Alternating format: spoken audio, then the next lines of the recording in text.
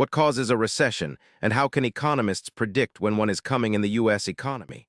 Right now, experts warn the U.S. economy is dangerously close to recession with only a small sector thriving. You need to know what that means right now. Economists and experts like Thomas Melanen, a professor specializing in financial crises, say the U.S. economy is dangerously close to a recession.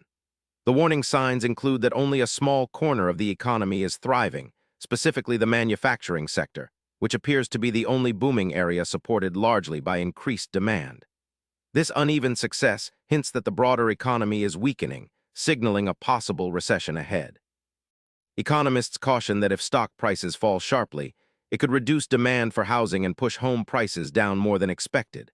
For example, in 2022, the S&P 500 dropped around 20%, which had effects on housing markets.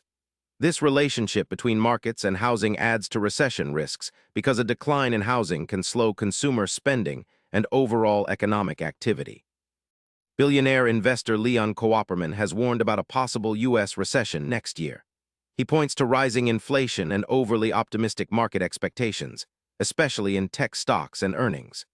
Cooperman's caution highlights that despite current market optimism, underlying economic pressures could trigger a downturn, making it critical for investors and consumers to be prepared. Economists predict recessions by closely monitoring uneven economic growth, like the current manufacturing boom amid broader weakness, and market signals such as stock volatility and inflation changes. When only a small sector thrives while others lag, it often precedes broader economic contraction. By combining these data points, experts can estimate recession timing and severity, helping policymakers and individuals prepare. What this means for you is that even if some parts of the economy seem strong, a recession could still be near.